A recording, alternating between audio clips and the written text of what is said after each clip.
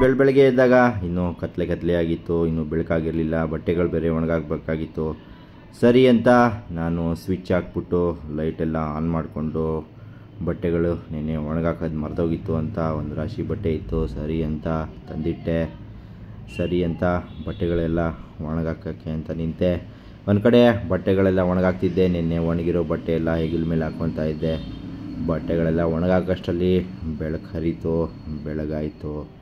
ಸರಿ ಅಂತ ಬಕೆಟಲ್ಲಿ ಬಟ್ಟೆಗಳು ಎಲ್ಲ ಖಾಲಿ ಆಯಿತು. ಆಮೇಲೆ ಬಿಸಿ ಚಾಯ್ ಕುಡಿಯೋಣ ಅಂತ ಅಲ್ಲೇ ಬಾಲ್ಕನಿಯಲ್ಲಿ ನಿಂತೆ ಚಾಯ್ ಕುಡಿಯೋಣ ಅಂತ. ಆಮೇಲೆ ಸ್ನಾನ ಗಿನ ಎಲ್ಲ ಮಾಡಿ ಫ್ರೆಶ್ ಅಪ್ ಎಲ್ಲ ಆದೆ. ತಿಂಡಿ ತಿನ್ನೋಕ್ಕೆ ಅಂತ ಹೋದೆ. ನೋಡಿದ್ರೆ ಆಲೂಗಡ್ಡೆ ಪಲ್ಯ ಮಾಡ್ತಾಯಿದ್ರು. ಸರಿ ಅಂತ ಚಟ್ನಿಗೆ ಕಾಯಿ ಇರಲಿಲ್ಲ. ಸರಿ ಅಂತ ಚಟ್ನಿಗೆ ಅಂತ ಕಾಯಿ ತುರ್ಕೊಂಡೆ. ಆಮೇಲೆ ಚಟ್ನಿಗೆ ಕೊತ್ತಂಬರಿ ಸೊಪ್ಪು, ಹಸಿಮೆಣ್ಸಿನ್ಕಾಯಿ ಎಲ್ಲ ಮಿಕ್ಸಿ ಜಾರಿಗೆ ಹಾಕ್ಬಿಟ್ಟು ಚೆನ್ನಾಗಿ ರುಬ್ಬಿದೆ. ಆಮೇಲೆ ಚಟ್ನಿಗೆ ಮಸಾಲೆ ಏನೋ ರೆಡಿ ಆಯಿತು. ಆಮೇಲೆ ಅದಕ್ಕೆ ತೊರೆದಿರೋ ಕಾಯೆಲ್ಲ ಹಾಕ್ಬಿಟ್ಟು ಚಟ್ನಿ ಏನೋ ರೆಡಿ ಆಯಿತು, ಸ್ಪೈಸಿಯಾಗಿರೋ ಚಟ್ನಿ. ಆಮೇಲೆ ದೋಸೆ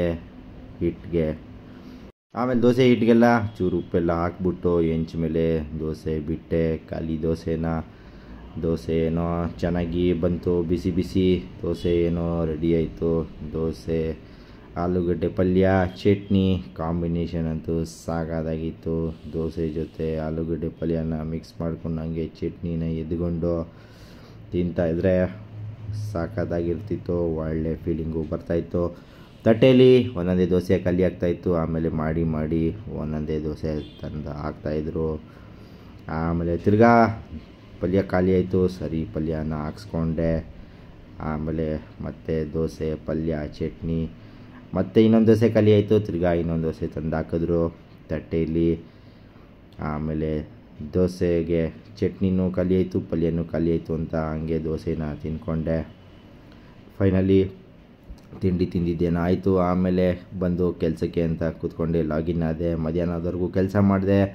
ಮಧ್ಯಾಹ್ನ ಊಟಕ್ಕೆ ಅಂತ ಹೋದರೆ ಅನ್ನ, ಹುಳಿಕಾಯಿ ಹುಳಿ ಮಾಡಿದರು. ಸರಿ ಅಂತ ಬೀನ್ಸ್ ಹುಳಿ ಜೊತೆ ಅನ್ನನ ತಿಂದ್ಕೊಂಡೆ. ಖಾರ ಸ್ವಲ್ಪ ಕಮ್ಮಿ ಅಂತ ಉಪ್ಪಿನಕಾಯಿ ಹಾಕಿದ್ರು.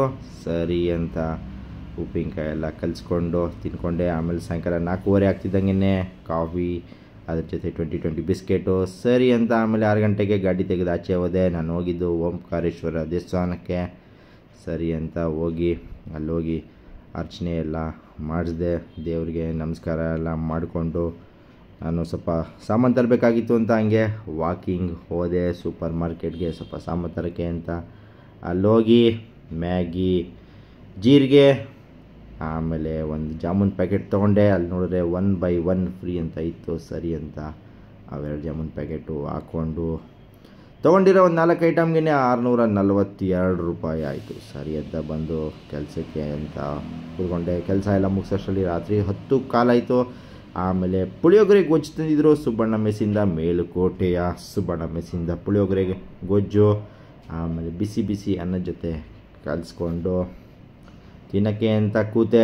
ರಾತ್ರಿ 10:15ಗೆ ಟೈಮಿಂಗ್ಸ್ ಚೇಂಜ್ ಆಗಿರೋ ಅಂತರಪಟ ಸೀರಿಯಲ್ ಬರ್ತಾಯಿತ್ತು. ನೋಡಿ ಮುಗಿಸ್ಕೊಂಡು ಬಂದು ಎಡಿಟಿಂಗ್ ಅಂತ ಕೂತ್ಕೊಂಡೆ.